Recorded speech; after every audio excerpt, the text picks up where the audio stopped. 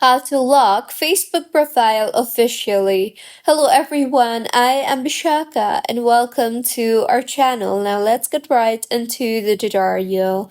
Firstly, go ahead and open the Facebook application on your device and make sure you are signed in. Now tap on the three lines on the top left of your screen and further tap on your name you see there. Now once you are in your profile, tap on the three dots on the top right of your screen and in the profile settings, you will be able to see the option for lock profile. So tap on the lock profile option you see there and then tap on the lock your profile option at the bottom.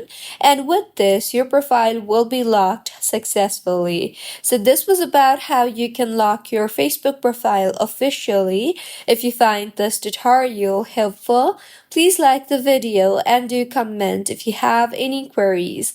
Also, do subscribe to our channel for more helpful tutorials like this. See you on the next one.